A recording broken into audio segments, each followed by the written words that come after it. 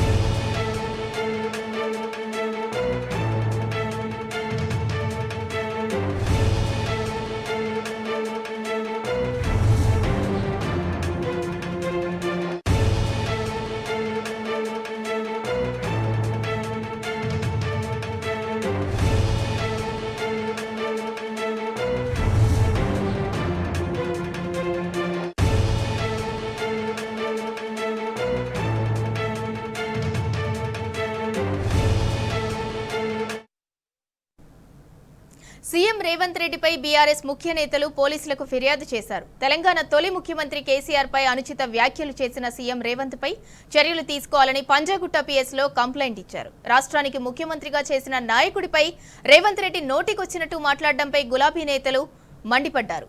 సీఎంకు విఘ్నత, సంస్కారం లేవని దుయ్యబట్టారు.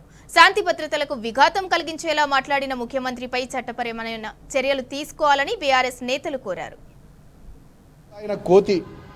ఎట్లా ప్రవర్తిస్తుందో ఇవాళ రేవంత్ రెడ్డి ముఖ్యమంత్రి హోదాలో అట్లా ప్రవర్తిస్తున్నాడు. ఇవాళ ఆయన మాట్లాడినటువంటి మాటలకు సంబంధించి మేము మా సీనియర్ నాయకులు హైదరాబాద్ ఇన్ఛార్జ్ శ్రవణ్ గారు, మా ముషిరాబాద్ ఎమ్మెల్యే ముఠా గోపాల్ గారు, మా యూత్ నాయకులు గెలు శ్రీనివాస్ గారు, ఆశీష్ యాదవ్ గారు, జయసింహ గారు, మా సీనియర్ నాయకులు మన్నె గోవర్ధన్ రెడ్డి గారు, ఇతర మిత్రులందరూ కూడా వచ్చి ఇక్కడ పంజగుట్ట పోలీస్ స్టేషన్లో రేవంత్ రెడ్డి గారి పైన కంప్లైంట్ ఇవ్వడం జరిగింది. తక్షణమే ఆయన మీద కేసు బుక్ చేయాలి. ఎందుకంటే ఇటువంటివి ప్రజాస్వామ్యంలో మంచివి కావు. ఎక్కడో ఏదో సందర్భంలో ఎప్పుడో మాట్లాడిరంటే, ఏదో ఆవేశంలో మాట్లాడిరంటే ఏదో అనుకుంటారు ప్రజలు. కానీ ప్రతీది కావాలని చెప్పి ఉద్దేశపూర్వకంగా మొన్న హరీష్ రావు గారి మీద మాట్లాడారు వైరా సభలో, అదేవిధంగా కేటీఆర్ గారి మీద మాట్లాడారు నిన్న మొన్న, మళ్ళీ ఈరోజు కేసీఆర్ గారి మీద. అంటే ఉద్దేశపూర్వకంగా కావాలని చెప్పి రుణమాఫీ నుంచి ప్రజల దృష్టిని మరల్చాలని, ప్రభుత్వం ఆ విషయంలో ఫెయిల్ అయింది కాబట్టి ప్రజలు దాని గురించి మాట్లాడుకోకుండా వాళ్ళ రైతులంతా రోడ్డెక్కుతున్నారు. కాంగ్రెస్ వాళ్ళు కనబడితే వాళ్ళ లాగులు వలగొట్టే పరిస్థితి ఉన్నది. కాబట్టి ఇటువంటి పరిస్థితి నుండి బయటపడడానికి, ప్రజల దృష్టిని మరల్చడానికి 49,000 పైచిలకు కోట్ల రుణమాఫీలో 17,000 కోట్లు చేసినామని చెప్పి, దాంట్లో కూడా ఇవాళ డిప్యూటీ సీఎం బట్టి విక్రమార్క గారు చెప్పిన దాని ప్రకారం 7,500 కోట్లే రైతుల ఖాతాల్లో పడ్డాయని చెప్పి వారే స్వయంగా చెప్పినారు. కాబట్టి వీటన్నిటి నుంచి ప్రజల దృష్టి మరల్చాలంటే కేసీఆర్ను తిట్టాలి, కేటీఆర్ను తిట్టాలి, హరీష్ గారిని తిట్టాలనే ఒక చిల్లర ప్రయత్నం రేవంత్ రెడ్డి చేస్తూ ఉన్నాడు. ముఖ్యమంత్రి రేవంత్ రెడ్డి గారు కేసీఆర్ గారి పైన, మాజీ ముఖ్యమంత్రి కేసీఆర్ గారి పైన చేసిన వ్యాఖ్యలకు ఈనాడు ప్రతి ఒక్కరూ వాళ్ళ నిరసన తెలియజేస్తున్నారు. ఈనాడు కేసీఆర్ గారిని తిట్టడం కూడా పెట్టుకున్నాడు. ఆయన కేసీఆర్ గారిని తిట్టినంత మాత్రం నీ పదవి మాత్రం పెరగదు. బిడ్డ ఈనాడు ప్రతి ఒక్కరు నీకు ఎలాంటి బుద్ధి చెప్పాలో ప్రజలు ఆలోచిస్తున్నారు. కాబట్టి మాట్లాడుతున్నప్పుడు ప్రతిదీ పెద్దల గురించి మాట్లాడుతున్నప్పుడు బాగా ఆలోచించి మాట్లాడాలని కోరుకుంటున్నాను. ముఖ్యమంత్రికి ఏమైనా ప్రత్యేకమైనటువంటి ఒక రాజ్యాంగం తెలంగాణలో అమలవుతుందా? ప్రత్యేకమైన సిఆర్పిసి ఏమైనా అమలవుతుందా? ప్రత్యేకమైన ఇండియన్ పీనల్ కోడ్ ఏమైనా అమలవుతుందా? ఇష్టం వచ్చినట్టు ఒక ప్రాంతంలో అత్యంత గౌరవించబడ్డటువంటి ఒక నాయకుడిని, గౌరవింపబడే నాయకుడిని, ఒక పార్టీ అధ్యక్షుడిని, ఒక మాజీ ముఖ్యమంత్రి, 2 సార్లు ముఖ్యమంత్రిగా పనిచేసినట్టు ఒక కేసీఆర్ గారి పట్ల అవాకులు చెవాకులు మాట్లాడమే కాకుండా ఆయన చనిపోక ముందు ఆయన విగ్రహం గురించి మాట్లాడటం ఎంతవరకు న్యాయం? పోలీసులు ఎందుకు ఈ రకమైనటువంటి ఒక ఔచిత్యాన్ని ప్రేక్షక పాత్ర పోషిస్తూ వహిస్తున్నారని చెప్పని ఇవాళ మేము అడుగుతా ఉన్నాం. మనకు ఒక మాట ఉంటుంది, సమయం, సందర్భం, సంస్కారం అనే ఒక 3 పదాలు ఉంటాయి. సమయం, సందర్భం, సంస్కారం. దురదృష్టం ఏంటంటే ఉన్నతమైన పదవుల్లో కూర్చున్న వాళ్లకు వీటి విఘ్నత, వీటి సోయి, వీటి పట్ల ధ్యాస ఎక్కువ ఉండాల. దురదృష్టం ఏంటంటే రేవంత్ రెడ్డికి ముఖ్యమంత్రి అయిన తర్వాత ఆ ఉన్న కాస్త ఏమాత్రమైన ఇంగితం ఉందో లేదో అది కూడా పోయినట్టున్నది. ఇవాళ నా సమయం లేదు, సందర్భం లేదు, కనీస కుర్చీ పట్ల ఉండవలసిన బాధ్యత, సంస్కారం లేకుండా ఇష్టం వచ్చినట్టు మాట్లాడుతూ ఉన్నాడు. స్వచ్ఛ బయో డీల్ పై ఢిల్లీలో ఈడీకి బీఆర్ఎస్ నేత మన్నె క్రిషాంక్ ఫిర్యాదు చేశారు. సీఎం రేవంత్ రెడ్డి ఆయన తమ్ముడు అనుముల జగదీష్ రెడ్డిపై విచారణ జరిపించాలని ఈడీకి విజ్ఞప్తి చేశారు. స్వచ్ఛ బయో డీల్ ను సమర్థిస్తూ ఐటీ మంత్రి కూడా మాట్లాడడాన్ని వ్యతిరేకిస్తూ ఆధారాలతో సహా ఈడీకి కంప్లైంట్ చేశారు. దీనిపై స్పందించిన ఈడీ అధికారులు స్వచ్ఛ బయో డీల్ లావాదేవీలపై విచారణ చేపడతామని తెలిపినట్లు క్రిషాంక్ వెల్లడించారు. ఢిల్లీ కేంద్ర కార్యాలయం ఎన్ఫోర్స్మెంట్ డైరెక్టరేట్లో ఈరోజు స్వచ్ఛ బయో డీల్ పై మరి అనుముల రేవంత్ రెడ్డి గారు ముఖ్యమంత్రిగా వారి తమ్ముడు అనుముల జగదీష్ రెడ్డి గారితోని అమెరికాలో ఇటీవలే పర్యటనలో భాగంగా స్వచ్ఛ బయో డీల్ ఏదైతే కుదుర్చుకున్నారో దానిపై పూర్తిగా సమగ్ర విచారణ చేపట్టాలని ఎన్ఫోర్స్మెంట్ డైరెక్టరేట్ కు అన్ని ఆధారాలతోని కంప్లైంట్లు ఇవ్వడం జరిగింది. అవన్నీ కూడా సంబంధించిన ఈ డాక్యుమెంట్స్ వారి ఆ డైరెక్టరేట్ కి సంబంధించిన ఏదైతే మొత్తం డైరెక్టర్ గా ఉన్న యనుమల జగదీష్ రెడ్డి గారు డైరెక్టర్ గా ఉన్నారని ఇవన్నీ కూడా డాక్యుమెంట్స్ ఈడీ వాళ్ళకి ఇవ్వడం జరిగింది. దానికి వాళ్ళు కంప్లైంట్ ని కూడా స్వీకరించి అక్నాలెడ్జ్మెంట్ ఇచ్చి దానిపై విచారణ చేపడతారని అక్నాలెడ్జ్మెంట్ కూడా ఇచ్చారు.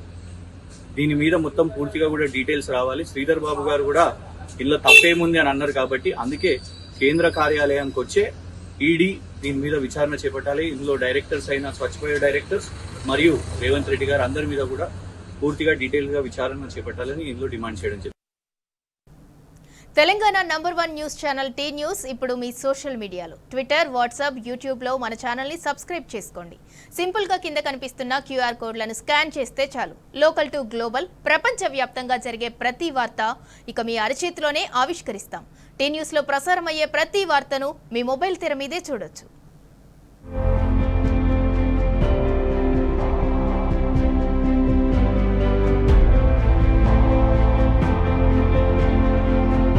గ్లోబల్, ప్రపంచవ్యాప్తంగా జరిగే ప్రతి వార్త ఇక మీ అరచేతిలోనే ఆవిష్కరిస్తాం. టీ న్యూస్ లో ప్రసారమయ్యే ప్రతి వార్తను మీ మొబైల్ తెర మీదే చూడొచ్చు.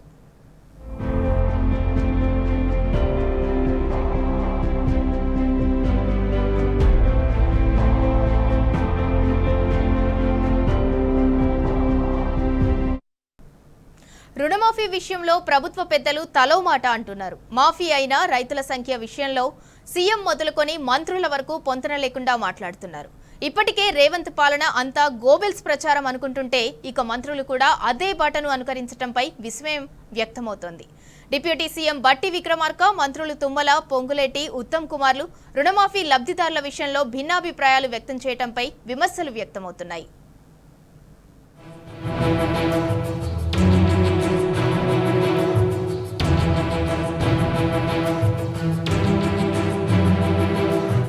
రుణమాఫీ విషయంలో కాంగ్రెస్ కు మైలేజీ వచ్చిందా? రాష్ట్ర రైతాంగానికి ప్రభుత్వం పూర్తిస్థాయి చేయూత ఇవ్వగలిగిందా అంటే స్వయంగా పార్టీ వర్గాల్లో, మంత్రుల్లోనే భిన్నాభిప్రాయాలు వ్యక్తమవుతున్నాయి. ఈ వర్షన్ ఇలా ఉండగానే రైతులందరికీ రుణమాఫీ అయిపోయినట్లే అని ముఖ్యమంత్రి రేవంత్ రెడ్డి ప్రకటనల మీద ప్రకటనలు గుప్పించడం వివాదాస్పదమైంది. అబద్ధాన్ని నిజమని 10 సార్లు అంటే అదే నిజమైపోతుందని అనుకున్నట్లు ఉన్నాడేమో. అందుకే సీఎం గోబెల్స్ ప్రచారాన్ని నమ్ముకుంటున్నారేమో అన్న వ్యాంగ్య వ్యాఖ్యలు కాంగ్రెస్ పార్టీ ప్రభుత్వ వర్గాల్లో వినిపిస్తున్నాయి. ఇక మొన్న కేబినెట్లో కూడా మంత్రులు, అత్యధికులు రుణమాఫీ విషయంలో, అమలు విషయంలో ముఖ్యమంత్రితో డిఫర్ అయ్యారని వినికిడి.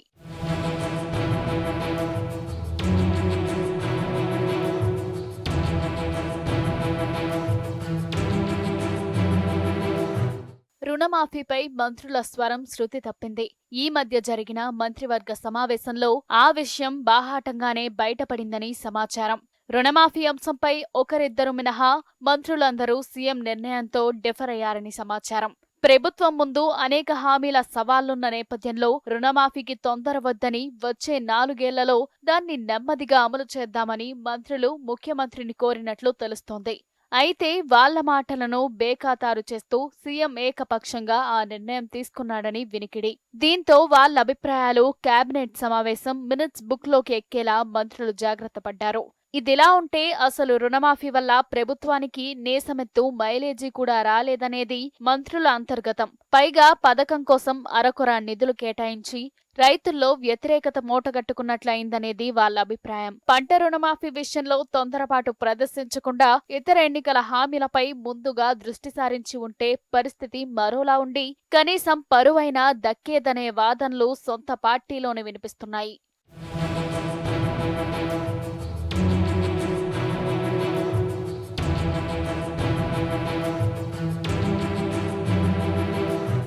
ఇదిలా ఉంటే పంట రుణమాఫీపై మంత్రుల తలో మాట ప్రభుత్వాన్ని ఇరకాటంలో పడేస్తోంది. మొన్న తుమ్మల, పొంగిలేటి, నిన్న ఉత్తమ్ ఇలా తలోదారిలో ప్రకటనలు గుప్పిస్తూ ప్రభుత్వం పరువును గంగలో కలిపారని సచివాలయ వర్గాల్లో వినిపిస్తున్నమాట. 2 లక్షల రూపాయలకు మించి రుణాలున్న రైతులు వడ్డీ అయినా అసలైనా ఆపై మొత్తం చెల్లిస్తే వాళ్లకు కూడా పథకం వర్తింపజేస్తామని తుమ్మల ప్రకటించారు. అయితే అది ఎప్పటిలోపు అన్నది మాత్రం ఆయన స్పష్టం చేయకపోవడం వాళ్లలో అయోమయం సృష్టిస్తోంది. అలా 2 లక్షల రూపాయలకు పైగా రుణం ఉన్న రైతులే 8 లక్షల వరకు ఉంటారని అంచనా. బ్యాంకుల్లో ఆ మొత్తం కడితే నిజంగా లబ్ధి చేకూరుతుందా, లేక కట్టిన డబ్బు దండగవుతుందా అన్నది వాళ్ళ సంశయం.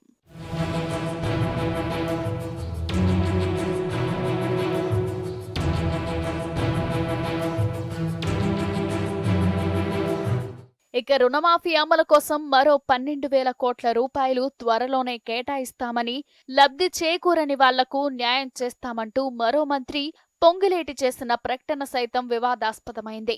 క్షేత్రస్థాయిలో తీరును బట్టి ఏదైనా పథకానికి నిధుల కొరత ఏర్పడటం సర్వసాధారణం. అయితే పక్కా ప్రణాళిక ఉంటే అది కేవలం కొన్ని వందల కోట్ల సర్దుబాటుకే పరిమితమవుతుందనేది ఆర్థిక విశ్లేషకుల అభిప్రాయం. అలా కాకుండా ఏకంగా వేలాది కోట్ల రూపాయలు షార్టేజ్ అవ్వడం విడ్డూరమన్న వాదనలు కాంగ్రెస్ శ్రేణుల్లోనే వినిపిస్తున్నాయి. పథకం అమలులో చిత్తశుద్ధి లోపించడమే ఇందుకు కారణమనేది వాళ్ల వర్షన్. కాగా ఇంకో మంత్రి ఉత్తమ్ కుమార్ రెడ్డి జలసౌధలో పత్రికా ప్రతినిధుల సమావేశం పెట్టి మరో కొత్త సమాచారాన్ని సెలవిచ్చారు. వివాదరహితంగా ఉన్న రైతుల ఖాతాల్లో మాత్రమే పంట రుణమాఫీ మొత్తం జమైందని, రాష్ట్ర వ్యాప్తంగా ఇంకా 17 లక్షల మంది అకౌంట్లలో డబ్బులు జమ కావాల్సి ఉందని ఆయన గణాంకాలతో సహా వెల్లడించడం దుమారం రేపింది. ప్రభుత్వం చెప్తుంది ఒకటి, వాస్తవం మరొకటని మంత్రుల ఈ ప్రకటనల ద్వారా స్పష్టమవుతుందనేది విమర్శకుల ఒపీనియన్.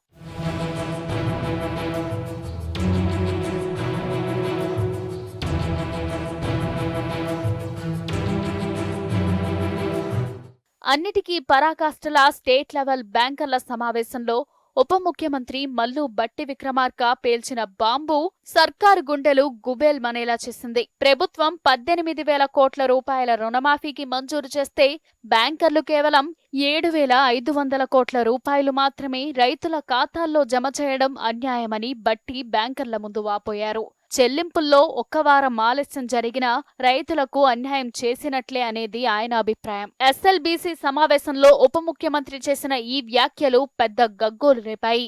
ముఖ్యమంత్రి రేవంత్ రెడ్డి ప్రకటించిన 31,000 కోట్ల రూపాయలలో ఇప్పటి వరకు రైతుల ఖాతాలకు చేరింది కేవలం 7,500 కోట్ల రూపాయలు మాత్రమే అన్న విషయం బయటపడింది. దీంతో రైతుల ఆందోళన, విపక్షకాల విమర్శలకు బలం చేకూరినట్లయింది. కాగా ఇలా రుణమాఫీపై ఎవరిష్టం వచ్చిన విధంగా వాళ్ళు స్టేట్మెంట్లు ఇవ్వడం ముఖ్యమంత్రిని ఇరకాటంలో పడేస్తున్నాయి. మంత్రుల ఈ ధోరణి ఆయనకు చికాకు తెప్పిస్తుండటం కొసమెరపు.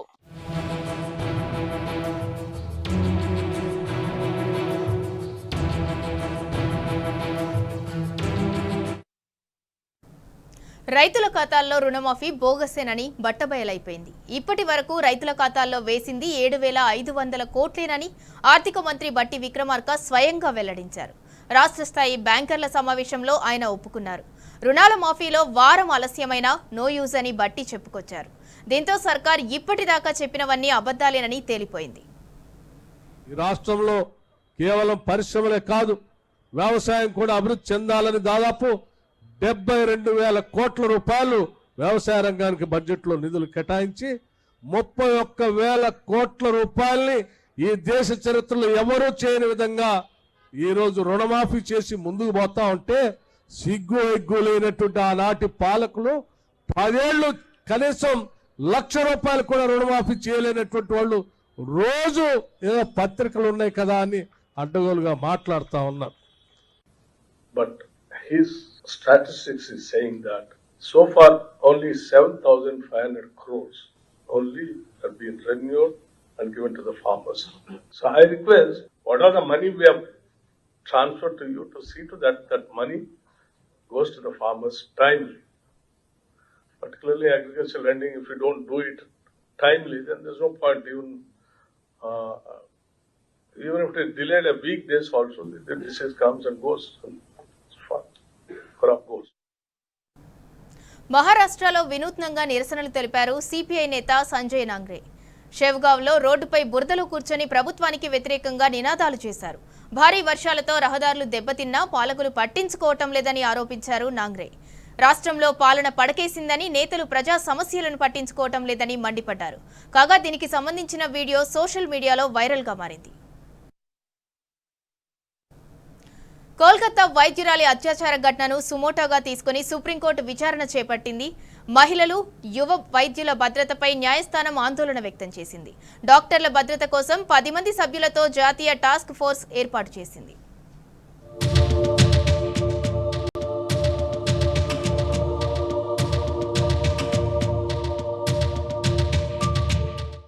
పశ్చిమ బెంగాల్ వైద్యురాలిపై అత్యాచారం, హత్యను భయంకరమైన చర్యగా సుప్రీంకోర్టు అభివర్ణించింది. ఈ కేసులో ఎఫ్ఐఆర్ దాఖలు చేయడంలో జాప్యంపై బెంగాల్ ప్రభుత్వాన్ని తీవ్రంగా తప్పుపట్టింది. ఎఫ్ఐఆర్ ఎందుకు ఆలస్యంగా నమోదు చేశారని ప్రశ్నించింది. బెంగాల్ ప్రభుత్వం, ఆసుపత్రి అధికారులు ఏమి చేస్తున్నారని మండిపడింది. ఈ సందర్భంగా మహిళలు, యువ వైద్యుల భద్రతపై సుప్రీంకోర్టు ఆందోళన వ్యక్తం చేసింది. డాక్టర్పై అత్యాచారం ఘటనను సుమోటోగా విచారణకు స్వీకరించిన న్యాయస్థానం మంగళవారం విచారించింది. ఈ కేసులో ఈ నెల 22లోపు ఈ ఘటనపై పూర్తి నివేదిక ఇవ్వాలని బెంగాల్ ప్రభుత్వానికి ఆదేశాలు జారీ చేసింది.